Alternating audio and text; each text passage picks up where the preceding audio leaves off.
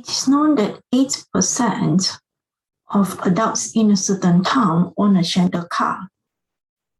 After an advertising campaign, a car dealer wishes to investigate whether this proportion has increased. So the keyword here is increase. He chooses a random sample of 25 adults from the town and notes how many of them own the car. Part A, he finds that 4 of the 25 adults own a shared car. Carry out a hypothesis test at the 5% significance level. So the test that we are carrying out is a single sample proportion. Then we define the parameter P as the population proportion.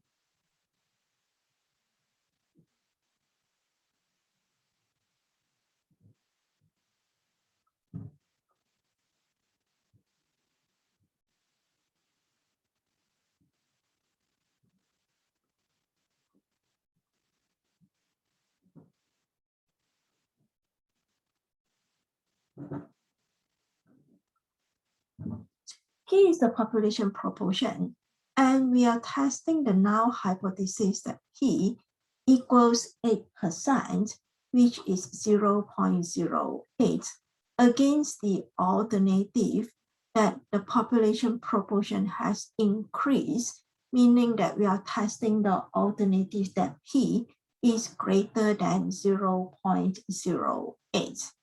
We are to use a significance level of 5%. And he finds that 4 of the 25 adults own a shared car. To test the hypothesis, we can use the rejection region or we use the p-value. To use the rejection region, we need to know the sampling distribution of the sample proportion. And it has to satisfy a certain condition. N must be large enough. Over here, N is 25.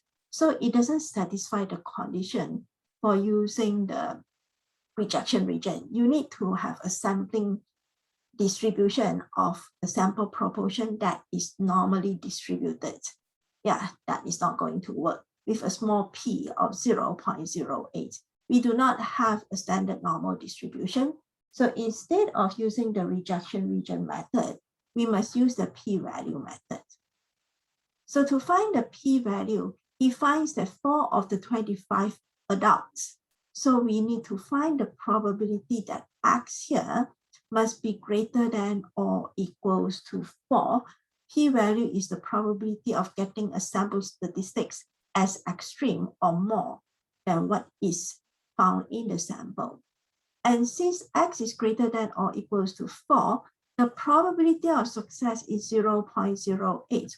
Over here, X follows a binomial distribution proportion. We have binomial, N is 25, and the probability of success is from the null hypothesis, which is 0.08.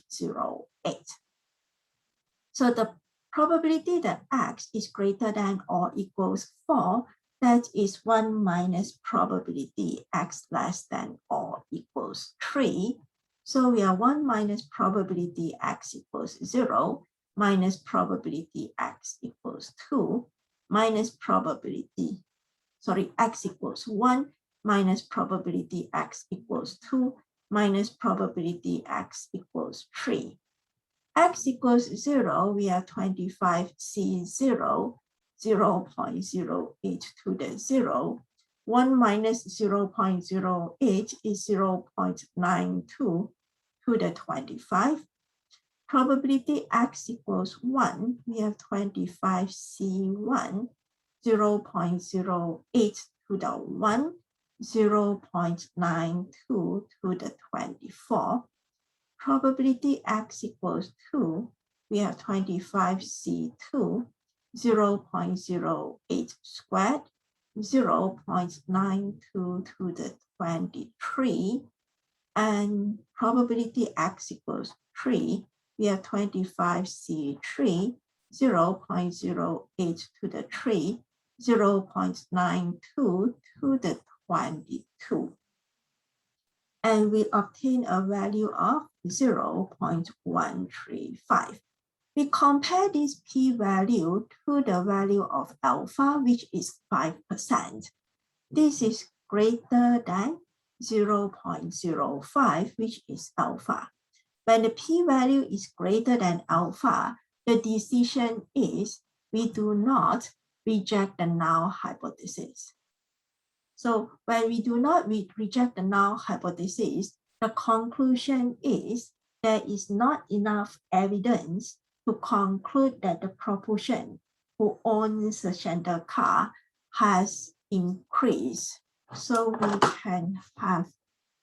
we can write the conclusion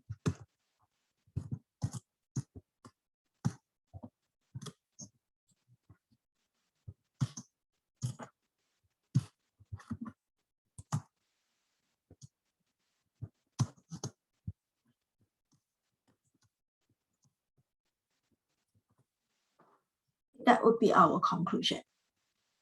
For part B, explain which type of error, either type 1 or type 2, might have been made in carrying out the task in part A. Type 1 error is the error committed by rejecting the null hypothesis when the null hypothesis is true. Type 2 error is the error committed when the null hypothesis is not rejected when it is false. Since we do not reject the null hypothesis, the error that we commit is type 2 error. This is the error that may have been committed. The third part of the question. Later, the car dealer takes another random sample of 25 adults.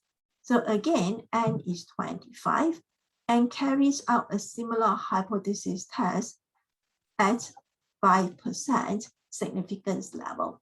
Alpha is 0.05.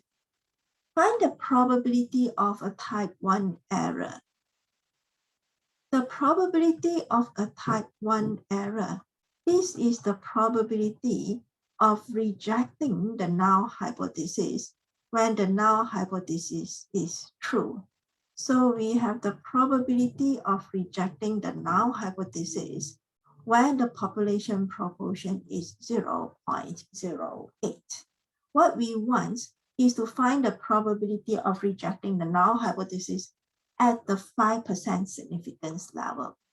Now, just now we found probability x greater than or equals to 4.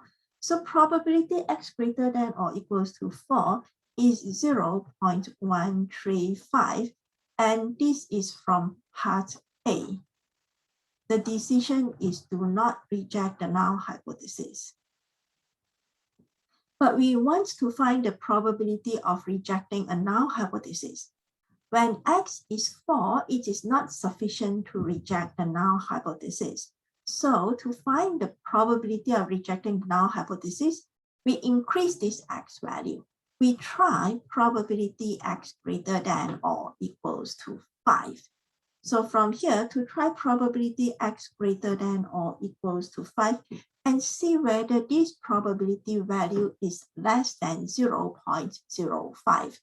If this probability value is less than alpha, then this is the probability of a type 1 error, because we want to find the probability of rejecting the null hypothesis.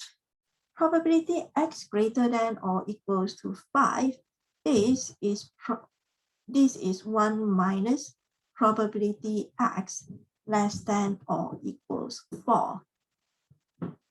So we have probability x less than or equals 4, or this is 1 minus probability x equals 0, minus probability x equals 1, minus probability x equals 2, minus probability x equals 3, minus probability x equals 4. And this part here is actually probability x greater than or equals to 4, which is 0.135 that we found in part A. Then to find the probability that x is greater than or equals to 5, we have 0.135 minus probability x equals 4, we have 25C4, 0.08 to the 4, and 0.92 to the 21. This gives us a value of 0.0451. This is less than 0.05, which is alpha. And in that case, we say that the probability of type 1 error is 0.0451 because we reject the null hypothesis when x is greater than or equals 5.